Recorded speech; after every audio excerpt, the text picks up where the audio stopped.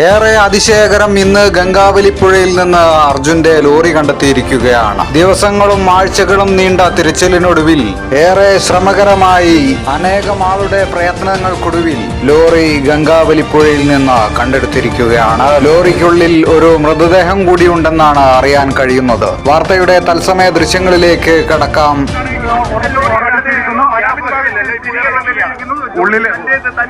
ഉള്ളിൽ അർജുനുണ്ട്. സംശയിക്കുന്നുണ്ട്.